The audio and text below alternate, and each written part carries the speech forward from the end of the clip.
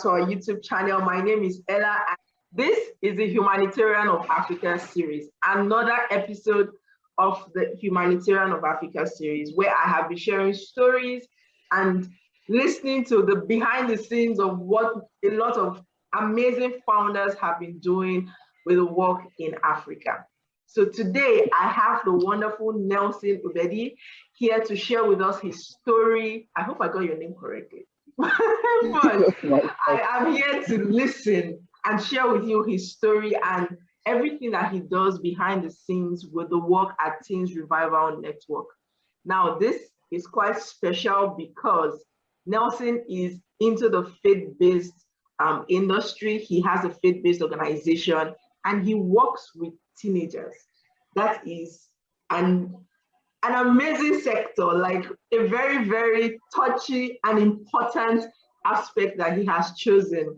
And I'm so excited because my dad happens to have a 30-year-old faith-based organization. They turned 30 July 2022, and that's really amazing. So Nelson, welcome and thank you for coming here to share with us your story. Thank you so much for this opportunity. The pleasure is mine. I'm so glad to be here. Pleasure is mine. Okay, so let's get straight into it. Who is Nelson Ubeidi? What do you do? Where do you stay? You know, all of that. I want to know. Please let us meet you. Who are you, Nelson? No, I'm Nelson Ubeidi and founder, president of Teens Revival Network. I am a teens coach, a teens mentor. Then I'm also an entrepreneur. I started coaching teenagers. I started mentoring them. I'm an entrepreneur. I deal in agricultural stuff and all of that. That's wonderful. That's wonderful. So, Nelson, why teenagers? Why exactly did you decide to focus on teenagers? What's the story behind Teens Revival Network?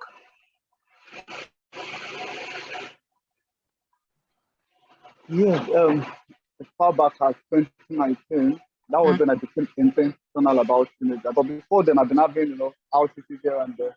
But January 2019, I was praying, and all of a sudden, I just began to have this burden for Nigeria. Physically, it was for Nigeria. I was just having this burden on how we could have a better nation. And while praying and meditating, I saw that the best way, or rather, if our current state of nation is at this level, it's because of the kind of people who have grown up with all kinds of mindsets. I was now wondering what will now happen after this generation? What will happen if this younger generation rise up with the kind of mindsets that they have? Already looking at what they are displaying, all kinds of stuff. So I just, while deep meditation at that time, I got this burden to reach out to them because I know that if we don't reach out to them, if we don't reach out to these young ones at this stage, we would have a worse state of nation. We have worse state of society. So, and that was a very deep passion in my heart. And considering where I was at that time, I had all kinds of stories from teenagers. I had a young lady who got pregnant, a 17-year-old young girl, and all kinds of stories kept coming, and I decided to give in to. And at that point in time, I found out that many persons are not really focusing on the mental state or the mindset of teenagers. Then 2019, how do I say, when they are doing programs for teenagers, it's all about maybe fun fair, either it's a fun fair or a Christmas party. Or even as good as all those things are, I didn't see the impact on their mindset. So I decided to, give in to the call. It got a call, and I decided to give in to reach out to them. And since 2019, we've been doing that. Yes, ma'am. Wonderful, wonderful. You're very right. Teenagers are like a forgotten aspect of human life. So everyone tends to forget that teenage age, and then they focus on the adults of the children, and then they forget that the teenage age is actually where they are being molded to become who they are as adults. So that's a really great aspect that you have focused on. So from 2019 till now, How many teenagers have you been able to reach, and how many locations? Because I see that you do a lot of outreaches in different schools and different locations. Yeah. Do you have the number, the statistics of teenagers you've been able to reach and the different locations? Yes, but since 2019, we've been able to, at our last count, last week, we did a count again last week, and we calculated that we've hit over 5,000 teenagers since 2019 across 8 states in Nigeria, across Wow. Lagos State, Ogun State, Oyo State, Edo State, Abuja, Abia, so that state am I missing out? Okay, hold on. Yes, Niger State. Yes, let me go again. Lagos State, Ogun State, Niger State, Edo State, Oyo State, Abuja, and Abia State. So we've been able to reach out to over 5,000 of them across Nigeria, even though we also have an online platform where we have reached out to some teenagers outside Nigeria. We have some teenagers across Africa, some of them from Cameroon and Tanzania, and we have one of them from United Kingdom. Wow. Wonderful. Wonderful. That's a lot. 5,000 teenagers in from 2019 till now across almost 6 states in Nigeria. That's a lot of work. So do you mind sharing deeper about what exactly you do for the teenagers, with the teenagers during your outreaches? Like, how exactly do you go about the work with Teen Revivers Network? Okay, yes, thank you so much, ma'am. We have 3 major focus in our Teen Revival Network. We have 3 major focus. The first focus is, reviving them, that is getting them out of all kinds of vices to know the Lord. Then the second focus is transforming them. After bringing them out from all kinds of vices, we provide platform for their transformation. And the third focus is reformation, that we provide platform for reforming the society that these teenagers are going back into. Yeah, so our outreaches have been focused on bringing them out. In 2019, that's what we've been doing. It has been focusing on bringing them out from all kinds of vices, all kinds of addiction they've had. And we are providing platform now for their transformation. For example, we set up a scholarship initiative to provide scholarship or provide education for those ones that we brought out from vices. We know that these ones, if we keep them, out of school, they will keep getting worse by the day. So we provided a platform for their transformation, and we are going to set up more platforms to ensure that we meet up with our focus. But basically, our outreach for now is bringing them out. Then we have a structure to follow up on them and ensure that they are growing in their faith. Wow, that's so great. So bringing them out from their addiction, from whatever bad vices that they are in, reviving them and then transforming them and creating a platform for them to keep growing so that they don't go back to what they are used to. That's really great. So let's move into the fun part of it. What was your first outreach like? I know in 2019 when you said, okay, God, I'm ready to take your call. I'm going out to work with these teenagers. I'm sure it wasn't easy because I have a first-hand experience on how exactly this would have gone, but I want to hear from you. How was your first outreach like? What exactly happened? What stood out for you? Or how did you go about it? Please share with us. Okay. All right, 2019. I'm going to tell you two stories. Sure. The first outreach and our first event. Okay, now the first outreach, when I came back from church after praying and meditating and all that, I came back from church and I told a friend that this was the burden I got, and I could imagine the look on my friend like, this thing is not common here. What? There are other better things there. If you could have thought of going for orphanage outreach, and that would have made more sense than all. So we started planning a first outreach. Because I and this brother, we went to that secondary school, and because we have never had an experience in doing stuff before, especially in this region, we went there, and the principal, of course, gave us opportunity. But the young ones, the children, the teenagers. Oh my goodness. We've not learned how to handle them. So we went to the school and they were, instead of them to be quiet, they just decided to frustrate us that day. They didn't know we were just answering the call for the first time.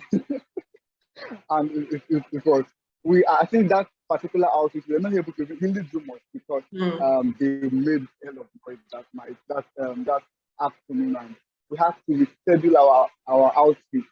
But of course, over the years, we've grown on how to handle teenagers, how to make them attentive to us. All right, then the first event that we held, we started planning. It was our annual retreat for teenagers. We hold annual retreat for teenagers every December. So that first retreat in December 2019, we started planning for it in November. That was when we had the idea, we got the inspiration to hold that. And it took us 1 month to plan that retreat. My goodness, planning a retreat where you don't have much hands because we are just starting. I was basically doing everything. I was the one taking care of, because as teenagers camping, I was the one in charge of the camping. After that time, the brother that started with me got hungry and left and said, he doesn't understand what I'm doing anymore. So I was the one organizing everything. And even after planning and doing everything, we were planning for 100 teenagers. But that first event, we had those 7 of them around. Imagine planning for their feeding for 100 of them. And we had those 7 of them on ground. It was almost frustrating, but thank God for growth and all of that. Wow. I can imagine the amount of frustration you had that day, having to plan for 100 and then just 7 turned up. But then those are the days of little beginnings, like we call it, because we look back on these stories and we're happy that we actually even took the leap of faith to start and we just went on. And that's really amazing. Nobody has it big from the beginning, and I'm glad that you have actually grown from there. So I'm going into a different dimension. The work that we do impacts our lives in different ways, whether we know it or not. Some people are conscious of that impact, some are not. But I would like to know, and I'm sure others would like to know, how has the work with teenagers from 2019 till now, how has it impacted your life? What effect or what result has it had on your own personal person? Yeah, wow, yes. It has had a lot of impact on my life. First of all, our deep, nonchalant person about order. Yes, I just felt there's a way they say it here in Nigeria. They say, "Now who don't believe too, but think of order." So I was not really concerned about every other person. My own work. Let me just continue my own work with God. But this work in 2019 have made me to be more concerned about others, especially about nation building. I'm more passionate now about nation building than I have ever been. Because working with these young ones, seeing their dreams, hearing of their aspirations, you are encouraged that these ones are really, really going to change the nation. So we have to commit all our efforts to building them up. So that effort that we do, all the efforts we put in, have impacted greatly on me, because I have become more passionate about nation building. I'm more passionate about every other person. And for me, I'm more compassionate than before. If anybody come around me, I'm always looking for, okay, how can I help you? What is there? What can I do to help them? Wonderful. That's great. Being conscious now about nation building and helping more people. So what exactly are the challenges that you face when it comes to running your organization? I know funding is a very big thing for every NGO. But then let's move beyond funding. What challenges do you face running your organization? Okay, I think we have two major challenges. Number one challenge is the fact that people see what we do as nothing. All right, people they don't really, because the teenage ministry or this teenage organization it's a long-term obligation. How do I put it? It has long-term benefits. Because you don't get immediate. Yeah, exactly. So because of that, many people see what we do as we are wasting time. In fact, some persons are waiting for us to say we are tired and give up on what we are doing. Some other persons see us and over ambitious and all of that. So the perception of people, and we're working on making those perceptions change. Definitely. So that's because we're in our founding years, of course. So we've not had testimonials of, because of we need to put in more effort in transforming these young ones. We've not really had testimonials to prove to people that come and see the lives of people that we have changed and all of that. So that is number one challenge that we've had. Number one, the fact of many people looking down on us, and that has affected our funding, affected the people that our volunteers, our workforce. Because some persons will prefer to work to the big name than coming to work because they feel one of these days these people will pack up and all of that. Then the second major challenge that we've had is funding. Okay. but of course that is something that we are working on. We are putting in our best on creating sources of income for the work. Yes. I don't know, when people look down on what you do, I'm wondering where that is coming from, because I feel like they do not know the importance, which, like you stated, they don't know the importance of why. Because when you train teenagers to be better people, they become better youth, become better adults. In the long run, we have better societies. So I don't know why people will be thinking like that, but then it's a gradual process, and that's why you're there to change the narrative. So I've been seeing stuff about your new Nigeria project. Can you tell us in detail what the new Nigeria project is about? Yes, as I said earlier, I am a very passionate Nelson builder. I love Nelson building. Yeah. This project has been on my heart for a while, so I felt it is the right time for us to do that. And the new Nigerian project is basically to host purpose discovery and personal development seminar across secondary schools. I believe that at the foundation of every person's life, of course, in their teenage years, is to for them to have a discovery of purpose and also have understanding on how to develop themselves and becoming who they have been created to be. And I feel that once that is in place, if everybody where they are discover their assignment in Nelson building, discover their assignment in why they are here, all right, and they begin to develop themselves, change their mindset, add more skills to their, add more knowledge, add more skills. I feel if everybody does that, collectively, we can have the nation that we desire. So the nation is not going to change because we will do placard or whatever. It's going to change because we have new people. We have people with new mindsets rising up. We have people with new belief systems. So this project is to go about secondary school, and we have we have 2 batches for this year. For the first batch, we started already from May to July, right? And we are reaching out to 5 states in the nation. And in the second batch, from September to November, we're going to reach out to 5 more states. In all, we plan to reach out to 10 states in the nation, reaching out to various secondary schools across 10 states in the nation, driving purpose discovery and personal development into them. Wonderful, wonderful, wonderful. That's so great. Guys, I'm sure that Nelson and the Teen Revival Network is going to need as much support as possible.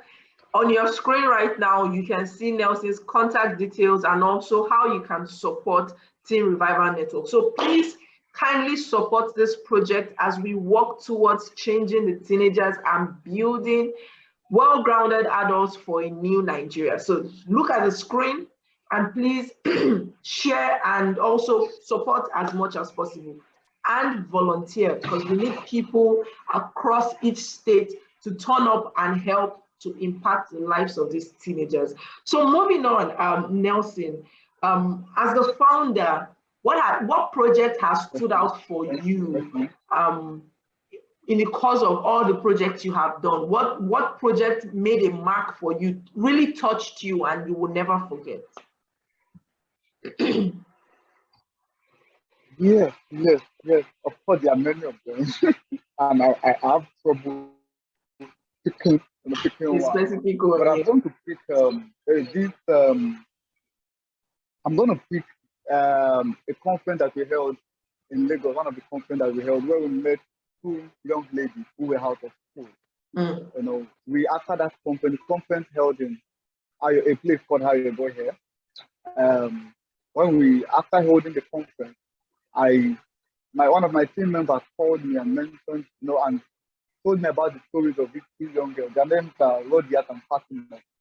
They came for the conference and they began to tell me their stories, tell me how it's a long story, of course, how they dropped out of school, how their mother was forcefully married to somebody else, and the person is not, paying attention to them at all. And the person deceitfully married their mother. The man had wives at home. He didn't tell their mother that he have one or two wives, and the woman got married and had to discover that she's not even the first wife, she's not the second wife. Because of that, the man was not even paying attention to all of them and all that. So we had to take it upon ourselves to have those two young girls to our scholarship team to help them with their fees. That particular conference will always be in my memory, because anytime I'm talking of those two young girls, I will always remember that conference. I will always thank God for us putting up that conference. I could imagine if we did not put up that conference, those children would have still been out on the street. We never can tell what would have happened to them. We never can could have so that is this one. Wow. When you work, I've worked with teenagers before, and I know that it's only when you work with teenagers that you hear heartbreaking stories from families and all of that. It's quite easier for them to open up to you than adults. And the challenges that they go through is mind-blowing. You wonder sometimes why children of this age should be going through such issues. And it's really, really heartbreaking. And I'm glad that God was able to connect you to these girls to help them and get them to the stage that they are today. So before I let you go, are there any special projects you would like to invite us to, or ask for support and donations so that you can get to do this project better? Is there any special project like that?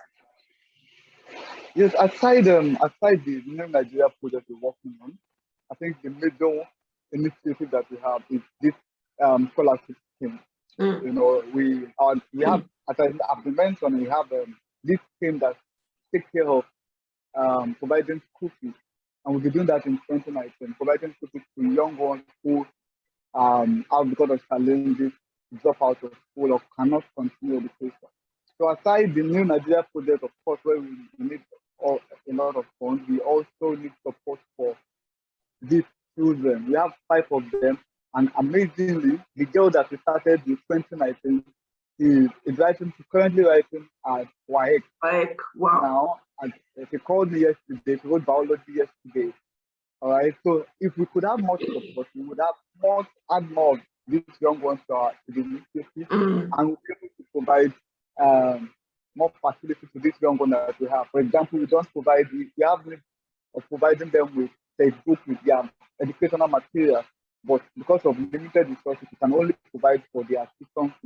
So we need more support with providing all of the basic things to these young ones, and also adding more of these young ones out there. So how much does it cost to send one child to school, or to pay for the fees of one of the children? Yes. Okay, it actually depends on their classes, all right? Yeah. So we have a young one in nursery. I think it is about 7,500. I think it's 7,500. Then there's the primary students on the one in grade 5, thereabouts. that's 250 around 10,500, 10,500. Then for the secondary school children, those in JS1, JS2, 3, JS1, the average school fees is, why I said average because they are in different locations, right? But the average that we pay for them is 12,000 per term, 12,000 per term, and it varies. It's actually very depending on where they are, and also depending on whether they are taking a what they call this thing, an external examination. For example, this our young girl in SS3 taking YX, so it's actually different. But the average is what I just mentioned. The nursery 7,500, the primary 10,500, and the secondary school the average from 12,000 lessons. That's how much it actually costs. That is aside the textbook fees, aside other basic educational things that are needed. While we're talking now, I was calculating how much it costs in dollars. So for people who are not Nigerians that you're listening to us, this costs an average of $20 to send one child to school. Now, $20, let me rephrase. $20 would get you, let me see what $20 can get you. I don't think a bowl of ice cream. So please, deny yourself a bowl of ice cream for one Friday or one Saturday and help support Nelson and the Teen Revival Network and send these children to school with $20. Now, the youngest costs $10. To send the youngest to school is just $10. To send the other one to school is $15. Then the oldest is an average of $20. So we have from $10, you can even say it's $10 you want to support. So method for donating, the contact details and everything, like I said, is on the screen. So please feel free to send an email, send a text message, or drop a phone call and reach out and see how you can support. With only $10 is enough to send his children to school. So Nelson, before I let you go, finally, is there any final thing you want to say to the people listening and watching us right now?